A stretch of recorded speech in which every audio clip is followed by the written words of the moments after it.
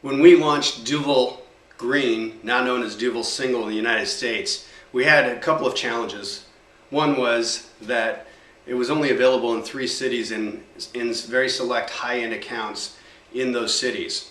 So how do you take a weakness like not being able to use mass advertising and turn it into a strength? It all starts with a consumer insight for us, and the consumer insight we had, what we knew about this particular high-end beer drinker, was that they're beer geeks, and we mean that in all high reverence of the term.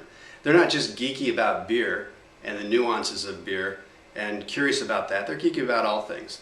They're the first ones to adopt every iOS, so they're starting to act today how people will in 1 to 2 years, with 1 out of every 2 device being sold right now being a smartphone. 2 years ago we knew that those were already in the hands of all of our consumers. They might be on the Windows Phone today because they're going to be early adopters of it. And what do we know about those devices? Well, easily that a little latitude and longitude, and that suddenly you've got some really powerful information about where to go tonight. So we use that insight about the consumer being a bit geeky, an early adopter, very curious about new technologies, and gave them a little game. The brand Duvel is the iconic Belgian beer. When you think about Belgium, all the great things about Belgium, incredible food, incredible beer, incredible cheese and chocolates, all those are distilled into this wonderful brand proposition for Duvel, which was the original, but also a very exclusive occasion sort of event to enjoy it. We wanted to open that up, and Duvel did that by creating a beer now called Duvel Single. It was a lower alcohol beer. It was more social and sessionable as a result. So how do we get all of those things coming together for us? And what we did was we created a big idea called Duvel Green, It's Yours to Find. So Yours to Find meant that we put on all of our posters and all of our advertising, our Geo-Loco advertising on Google and any other advertising space, latitude and longitude about where to find this beer and how to find it.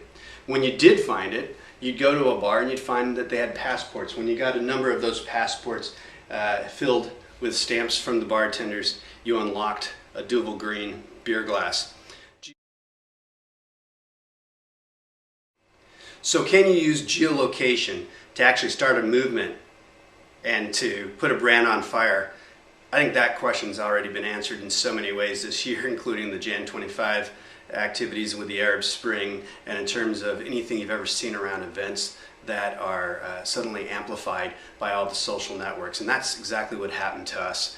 What we saw was all that social data, all the postings on blogs, sharing on Facebook, all the ratings and reviewing systems around this activation that the Beer Geek was doing to reveal that they had unlocked prizes and reveal that they had discovered where to find Duvel Green, became the groundswell of content that's still there today. If you did a search on Google, on any Bing or any other location-based service around Duvel, you're likely to find a lot of the content that was created during this program.